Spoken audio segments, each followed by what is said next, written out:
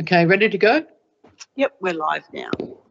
Fantastic. Good afternoon, everybody, and welcome to this meeting of the Georges River Local Planning Panel on Thursday, 7 November 2024. My name is Donna Reigate and I'm the chair of the panel this afternoon. The panel is currently online and streaming also from the Georges River Council offices in McMahon Street, Hurstville. The panel members who make up the panel today are Judith Clark, who is an expert panel member, Brian Kirk, also an expert panel member, and Georgia Kissa, who's our community representative. So welcome to all of you. We're the panel that have been appointed by the Minister for Planning to determine specified development applications, including undertaking the review of the development application that's on the agenda for today, in accordance with the requirements of the Environmental Planning and Assessment Act. The Georges River Local Planning Panel acknowledges the Bidjigal people of the Eora Nation, who are the traditional custodians of all lands, waters and sky in the Georges River area. We pay our respect to elders past and present and extend that respect to all Aboriginal and Torres Strait Islander peoples who live, work and meet on these lands. You will have worked it out already, but I'm required to advise you that under the provisions of the Environmental Planning and Assessment Act 1979, this meeting of the panel is being live streamed and will be made available on Council's website. In accordance with the revised meeting protocols, interested parties wishing to make representations to the panel were requested to register a summary of their interests. We received a total of 2 registrations that have been forwarded to the panel. The panel has reviewed those registrations and advised the council officers that they do wish to hear oral submissions from the following people who will be called on during the course of this meeting. The first speaker, and they're both speaking in relation to item number LPP 050-24, 47 Woodlands Avenue, Lugano, is Daniel Mizuko, and our second speaker speaking in relation to the same application is Chiara Torelli. As required by the Local Planning Panel Code of Conduct, panel members are required to disclose any conflicts of interest in respect of any matter on the agenda for a panel meeting.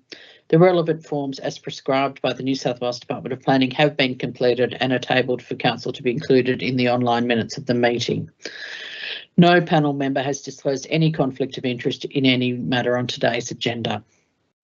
In addition, as required by the Local Planning Panel Code of Conduct, panel members are required to provide an annual disclosure of pecuniary interests and other matters covering the period July 2024 to June 2025. The relevant forms as prescribed by the New South Wales Department of Planning have been completed and are tabled to be uploaded to Council's website, and that will be noted in the minutes of today's meeting. Okay, we have received a completed report from council staff for the review of one development application. The panel has reviewed the site and nearby locality for the matter. We will deal with the application, and I've read this out before, but I'll do it again for the purposes of the recording. The application is REV 2024/0028. Relates to 47 Woodlands Avenue, Lugano, review of development application DA 2023/0494 for demolition works, construction of one dual occupancy dwelling and Torrens title subdivision at lot 24 DP 205787. Okay, as regards the meeting process, only those people who've registered to speak will be able to make representations to the panel. Each of those people is requested to limit their presentation to 3 minutes. I'd ask those people to speak clearly and of sufficient volume so that people who are viewing the live stream can hear very clearly what's being said. We would encourage people, unless there's our registered speakers, to leave their cameras and microphones turned off until their turn to speak is called. I remind everybody that any defamatory, discriminatory or offensive language used may result in the author being exposed to liability for which council and the panel take no responsibility. Once we've heard all of the oral submissions on the review application, we will move into a deliberative session. The determination of the application is made in that closed deliberative session, which is not live streamed or recorded. The determination is intended to be available on Council's website once confirmed by the panel, and usually that happens within 2 to 3 days of the meeting being held. Okay, that's it for the preliminary remarks. I'll now call on our first speaker, who is Daniel Mizuko. Mr. Mizuko.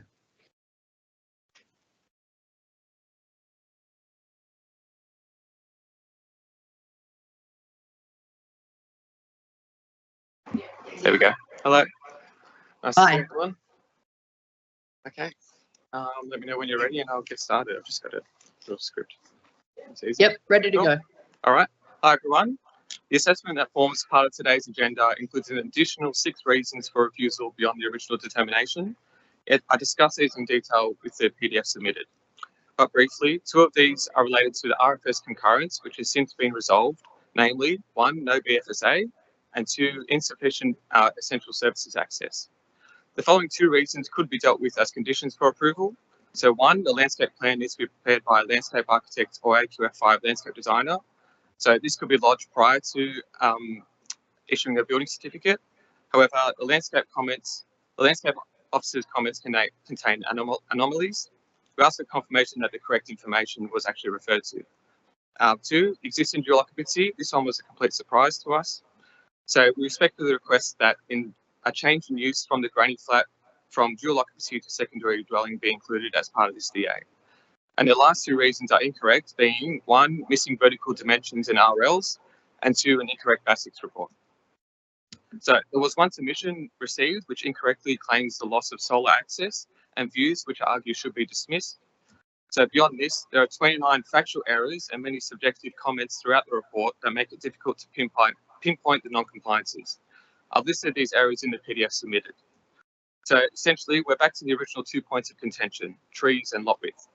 So our updated landscape plan was not approved by council, even though it follows a new tree management policy that came into effect after the original DA was lodged in October last year.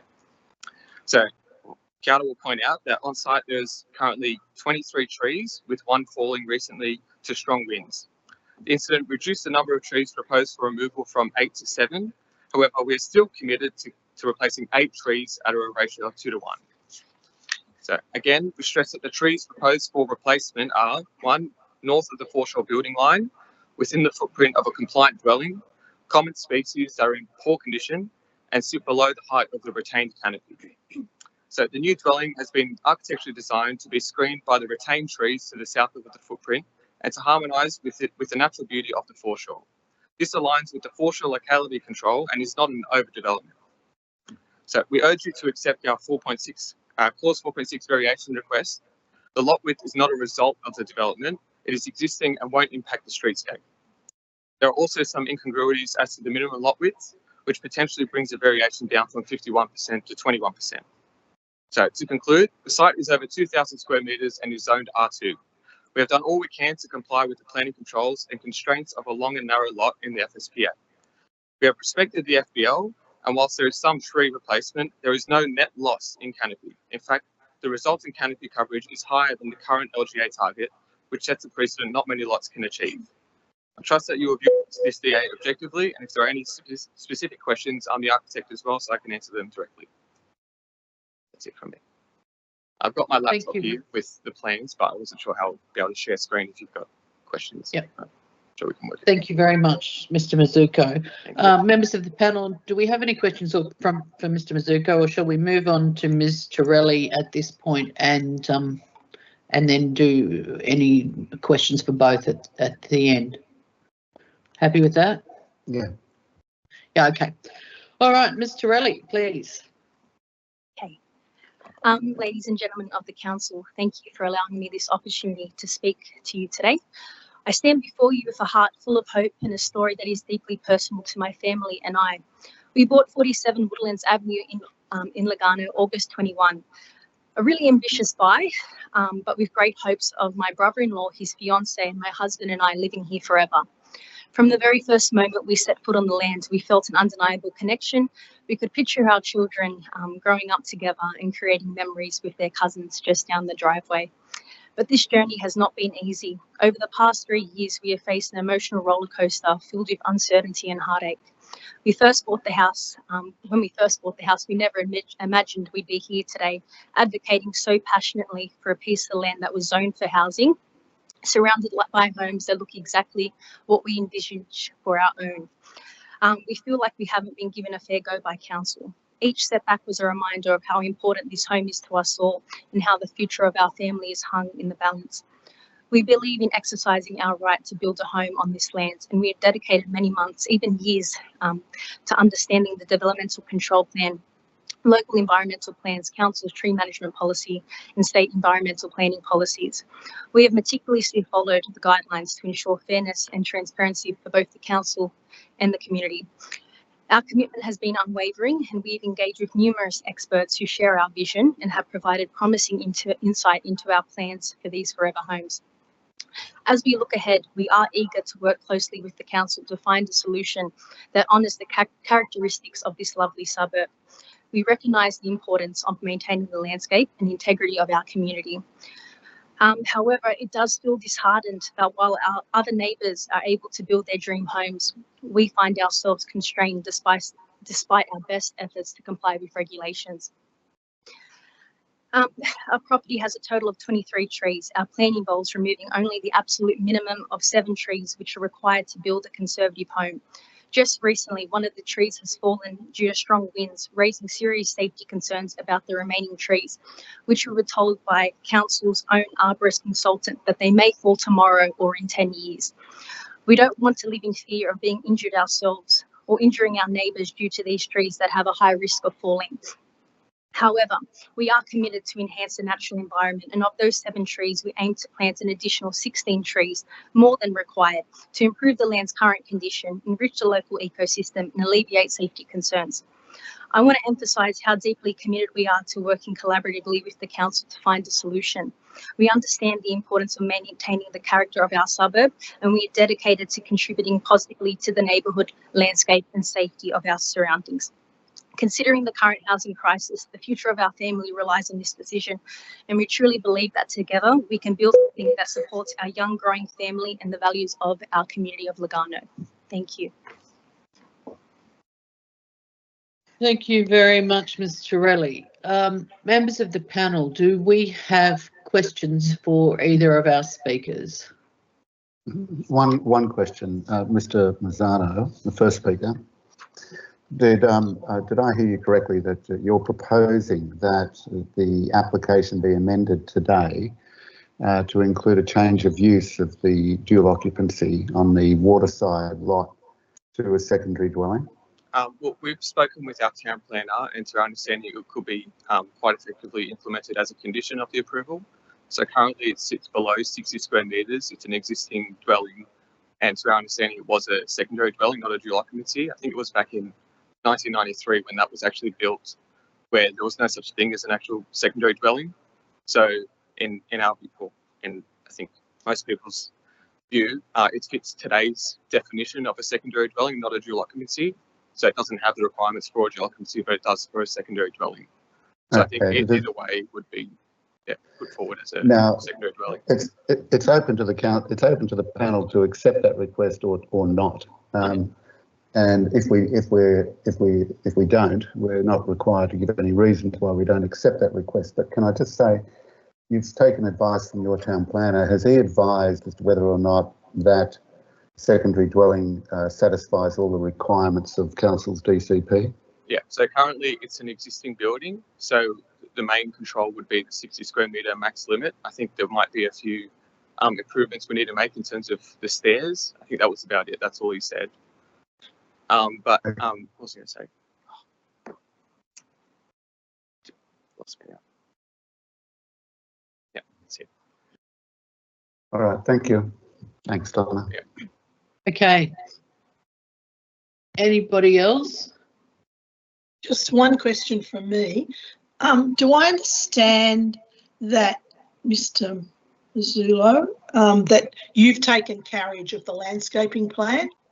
Yes. It's under your. Okay. Are you satisfied? And am I right in presuming some of the trees that were referred to as replacement are counted? Are those ones going on the top of the driveway? Yeah, correct. So it's all Okay, so that's in the count? Yeah, it's all within the original lot. So yeah, we've needed to remove 7 that are beyond the building line. So essentially, the only place you can build is where those few trees are. They're all in poor condition. So we thought, well, if we can replace them, or if council's not satisfied with that, there's also an offset fee, but that has to be nominated by council. We can't nominate that ourselves. So that way they can plant it on public land. But again, that's in a situation where you can't plant it on your own lot. So it's our understanding that we've got these policies in place for situations like our own, where there's no other real place to build a new dwelling. And so we followed that. We put double the amount of trees. Sorry, we've replanted at a 2-to-1 ratio and also an extra 2 because that one has fallen down. We thought we'll just maintain those extra 2. It really enhances the streetscape and also from the foreshore. Okay, so you know the bed is very narrow, don't you? Yeah, It's got 600 mil of stepping stones and a 600 mil area to plant trees. Mm-hmm. Yeah. So have you satisfied yourself that those blueberry ash trees, there's 6 of them, I think, or 5, that have a spread of 8 metres and a height of 10, fit in that space? Yeah, correct. I've spoken with an actual landscaper, like a labourer, and he said he's done it as long as it's a 45-litre pot, which I think is also a control in the tree management policy. It'll fit within 600 mil. Okay, thank you. It's not concrete right next to it. It's just like stepping stones placed on the gravel. If it was a concrete strip, I'd be maybe a bit more concerned, but it's right next to a gravel driveway. Okay, thank you. Okay. Anybody else? No. All right. Well, thank you very much, Mr. Mazzulo and Ms. Torelli. We really appreciate you taking the time to come along this afternoon and speak to the panel. As I said earlier, what happens now is that we close this public meeting and move into a closed session where we deliberate on the review application and make a decision. We will endeavour to get the minutes of that discussion up on council's website within a couple of days. Like to thank all the council staff for their assistance, and I will now close this meeting of the local planning panel and ask panel members to be back on at 4:25 on the link for the deliberative meeting. Thank you all very much. Thank you for your time. Thank you. Thank you.